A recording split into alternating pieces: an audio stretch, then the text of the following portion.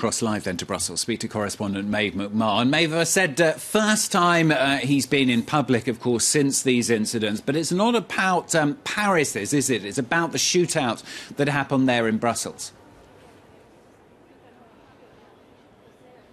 Absolutely, Stuart. And Luke Hennard, that's the president of the court here, just confirmed to press about 5 minutes ago that today's trial is not about the Brussels nor the Paris attacks. The focus is very much indeed on that shootout that took place on the 15th of March 2016 in the Forest District of Brussels, a residential region about 6 kilometres from Salah Abdeslam's district, Molenbeek, where he was born and bred. It was just a routine check. There were 6 police there, 4 Belgian police and 2 French. They were cooperating together on the investigation. About 2 o'clock in the afternoon, they headed towards the district of Forêt to 20 Rue de Dries, an address that they had found via their counter-terrorism investigation. They didn't expect, however, to come across much because there was no gas or electricity bills for the house. They believed that the house was actually perhaps empty, but in fact at around 2:15 in the afternoon, when they went up towards the apartment, they were greeted by an exchange of fire.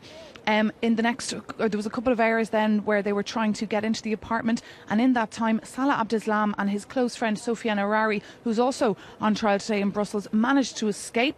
But another man, a 35-year-old man of Algerian origin, Mohamed Belkaid, was actually neutralised and killed by the Belgian police that day. And also 4 of the police on duty that day were also injured.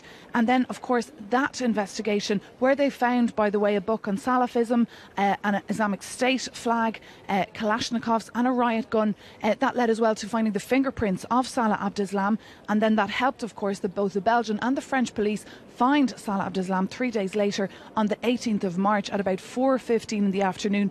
They intervened to Rue de Quatre Vents, number 79 in Molenbeek, a stone's throw from where he was brought up, and Salah Abdeslam was then captured and arrested after, of course, being 4 months on the run. Maeve, what could happen today then? Because it's unlikely, isn't it, that Abdeslam's actually going to talk? I mean, he certainly hasn't talked so far, has he?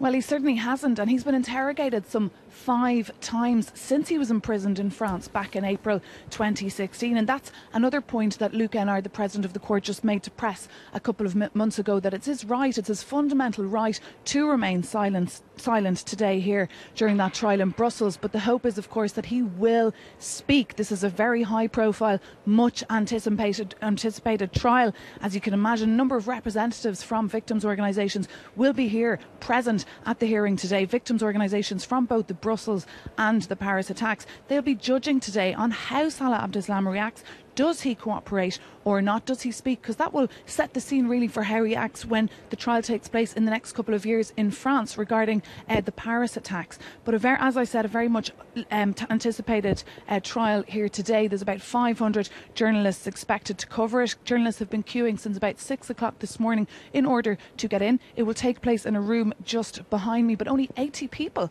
can get into that room. Therefore, journalists will be accommodated in the gallery above, where they can follow the séance live and in direct.